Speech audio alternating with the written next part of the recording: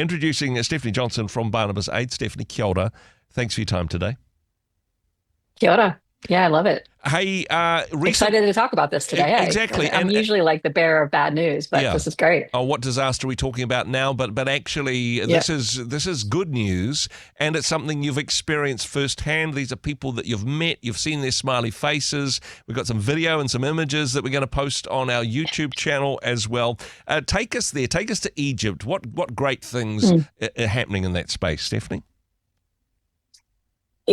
So I just got back from Egypt 2 weeks ago. I had an opportunity to go there and visit some of our project partners and hear about the exciting work we're doing, but also to encourage the people that we're helping there. And one thing I would say to every single project or people that we would go to is that there is a church in New Zealand that cares about you and is praying for you. And man, the smiles on their faces would just like, it was something I can't even begin to explain or express.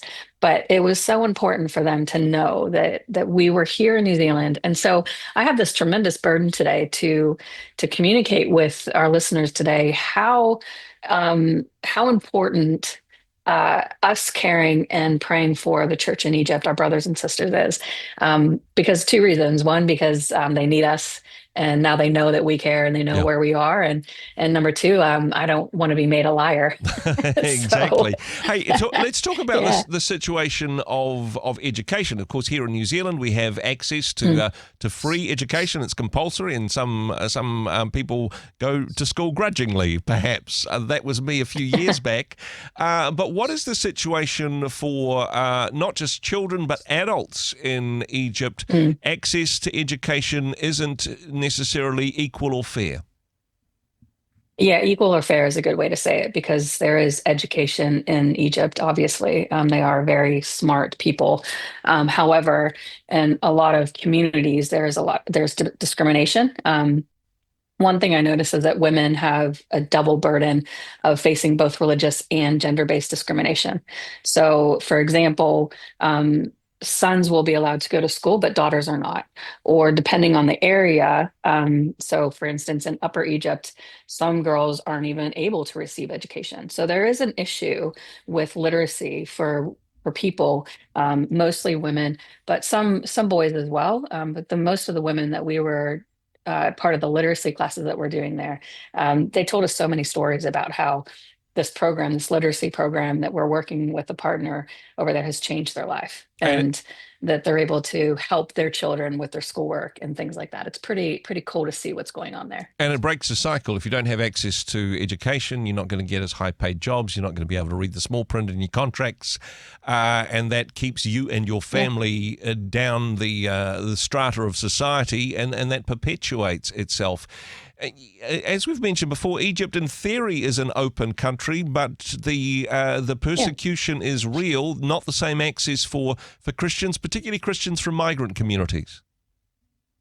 Yeah, migrant communities, and I would say Christians who are what we call MBBs or Muslim background believers.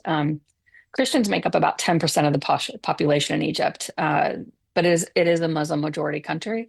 However, most people would say that it's been better now than in any other living memory. That the situation is quite good. They've got the politics there are better. They are swaying more towards the Christians. Churches are being registered, that kind of thing. So Yeah. we see some positive things happening in Egypt.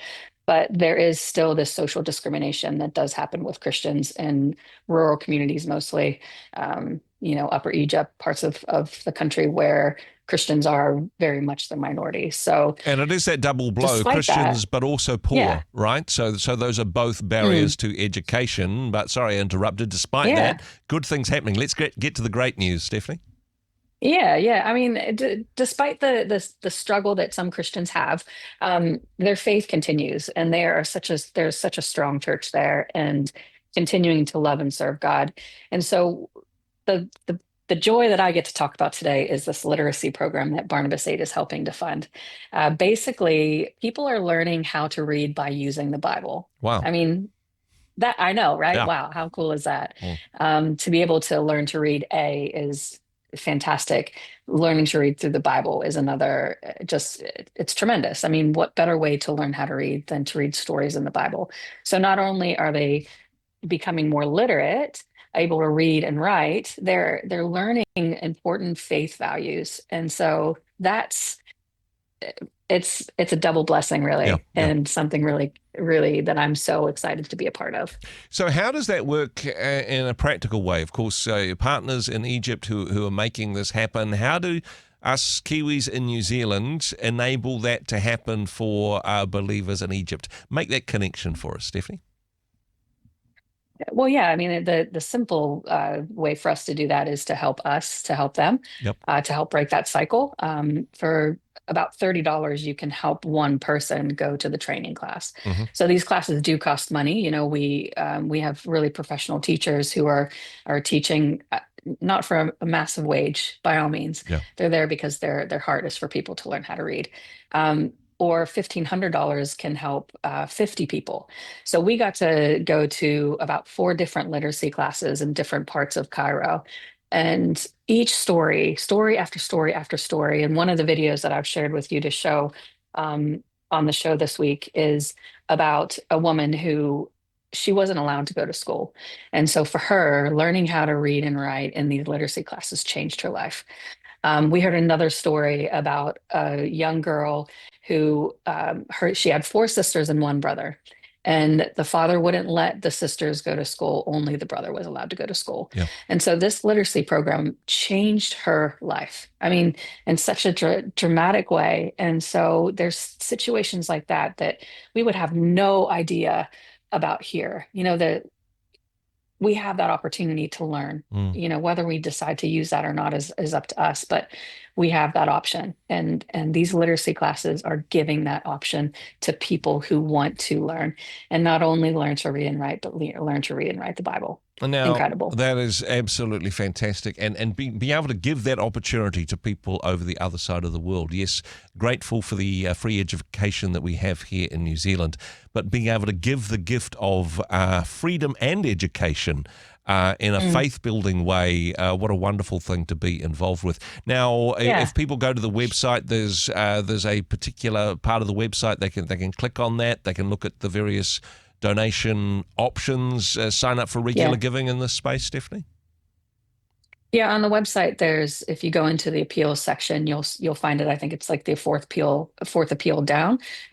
We ran the appeal for this on 4th of July, which is interesting because I was in Egypt at that time, which is pretty cool. But you know, the one last thing I want to mention is that we do a lot of you know, schooling for children, and this is such an interesting opportunity to do schooling and education for adults who otherwise wouldn't have an opportunity. So, you know, normally we say, you know, help these children, and we send a photo, and it's you know, heartwarming. Yeah. In this situation, it's help, you know, people our age learn how to read and write, you know, and that's something we take advantage of, not in a bad way, but it's just normal for us. Yeah. So let's change the norm. Let's change the normal for people in Egypt who want this opportunity and want to break the cycle. What a great news story. Stephanie, thank you for what you and the team are doing. Thanks for being part of the program once again. Cheers, Andrew. Hey, thanks very much for joining us in the Rhema studio. Thanks very much for watching the interview. It's kind of nice to have an audience, actually. And if you did like what you watched, then do give us a like, do give us the thumbs up. And if you'd like to see more interviews like that one, or perhaps even better, subscribe and those interviews will come straight to you. Don't forget to turn on your notifications, and we'll see you in the next one. Cheers.